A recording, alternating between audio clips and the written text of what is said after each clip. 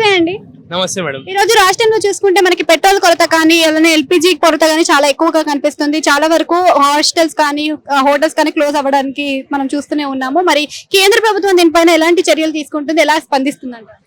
Madam చూడండి, దేశం మన ప్రైమ్ మినిస్టర్ ఎంత చేయాలో అంత చేస్తున్నాడు.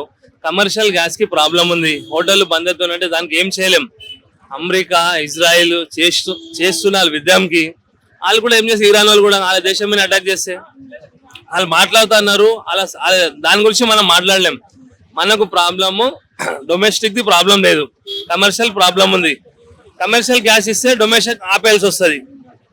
అంటే డొమెస్టిక్ అయితే గ్యాస్ ఇస్తారు ఇంట్లోకి, కమర్షియల్ ప్రాబ్లం ఉంది. అందరు కొంచెం ఓపిక పడాలి. పెట్రోల్ డీజిల్ గురించి అయితే ఏం ప్రాబ్లం లేదు పబ్లిక్ కి.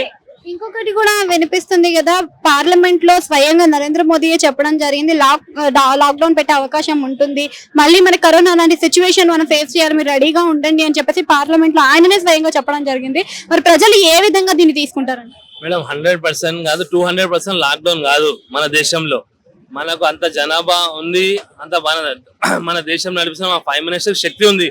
పబ్లిక్ ఏంటంటే ప్రైమ్ మినిస్టర్ ఏం చెప్తున్నాడంటే కొంచెం చూసి జాగ్రత్తగా ఉండని చెప్తున్నాడు. పబ్లిక్ ఏంది పెట్రోల్ వేసుకుంటారు, ఫుల్ ట్యాంక్ చేపిస్తారు, ఉట్టిగా తిరుగుతారు అందరూ. ఇప్పుడు అంత పెద్ద ఉద్యమం జరిగినప్పుడు మనకు షిప్పులు వస్తున్నాయి, గ్యాస్ వస్తుంది, రష్యా నుంచి డీజిల్ వస్తున్నాయి, పెట్రోల్ వస్తున్నాయి, ఆయిల్ వస్తున్నాయి, అన్ని వస్తున్నాయి. కొంచెం ఇబ్బంది అవుతుంది మేడం, కొంచెం ప్రాబ్లం కూడా ఆగేటందుకు కనిపిస్తుంది కదా, ట్రంప్ వెనక్కి తగ్గడం, పోస్ట్ పోన్ చేయడం, ఇవన్నీ కనిపిస్తున్నాయి. మరి యుద్ధం ఆగితే ఏమైనా ఆగే అవకాశం ఉందంట? 100% ఆగుతుంది మేడం, కొంచెం టైం పడుతుంది. దేనికైనా ఇప్పుడు మన అన్నదమ్ములు కొట్లాడినాక ఒట్టిగానే అందా పంచాయతీ అవుతుంది. పెద్ద మనుషులు కూర్చుంటారు, మాట్లాడుకుంటారు. పెద్ద మనుషులు ఎవరు ముందుకు వస్తలేరు, కొంచెం టైం పడుతుంది. మనమైతే దేవుని దేవల్ల యుద్ధం ఆగిపోతేనే మంచిది, లేదంటే అందరు నష్టం పోతారు. నేపాల్, పాకిస్తాన్, బంగ్లాదేశ్ కంపేర్ చేస్తే మనం చాలా 100% బెటర్.